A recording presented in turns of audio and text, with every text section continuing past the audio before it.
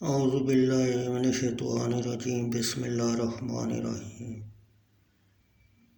مسلم شریف کی حدیث، باب صوم دہر کی ممانت اور صوم داؤدی کی فضیلت۔ حدیث نمبر 2729، مسلم شریف۔ عبداللہ رضی اللہ تعالیٰ عنہ نے کہا، رسول اللہ صلی اللہ علیہ وسلم کو خبر لگی کہ میں کہتا ہوں کہ میں ساری رات جاگا کروں گا اور ہمیشہ دن کو روزہ رکھا کروں گا جب تک جیوں گا۔ سبحان اللہ، کیا شوق تھا عبادت کا، اور جوانی میں یہ شوق، یہ تاثیر تھی۔ حضرت صلی اللہ علیہ وسلم کی صحبت و خدمت کی، پس فرمایا رسول اللہ صلی اللہ علیہ وسلم نے کہ تم نے ایسا کہا؟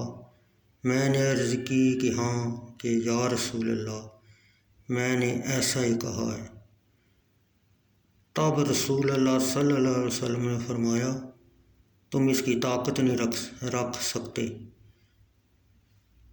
اس لیے تم روزے بھی رکھو اور افطار بھی کرو اور رات کو نماز بھی پڑھو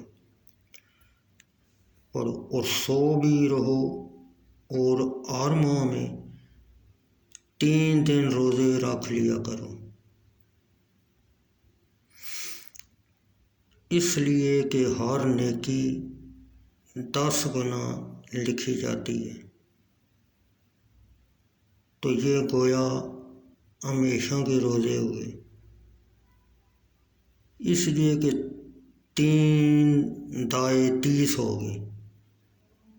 تب میں نے عرض کی کہ میں اس سے زیادہ کی طاقت رکھتا ہوں، اے رسول اللہ کے۔ آپ صلی اللہ علیہ وسلم نے فرمایا، اچھا 1 دن روزہ رکھو اور 2 دن افطار کرو۔ پھر میں نے عرض کی کہ میں اس سے زیادہ طاقت رکھتا ہوں، یا رسول اللہ صلی اللہ علیہ وسلم۔ تو آپ صلی اللہ علیہ وسلم نے فرمایا، 1 دن روزہ رکھو اور 1 دن افطار کرو، اور یہ روزہ ہے حضرت داؤد علیہ السلام کا، یعنی ان کی عادت یہی تھی، اور یہ سب روزوں سے عمدہ ہے اور معتدل۔ میں نے پھر عرض کی کہ میں اس سے زیادہ طاقت رکھتا ہوں۔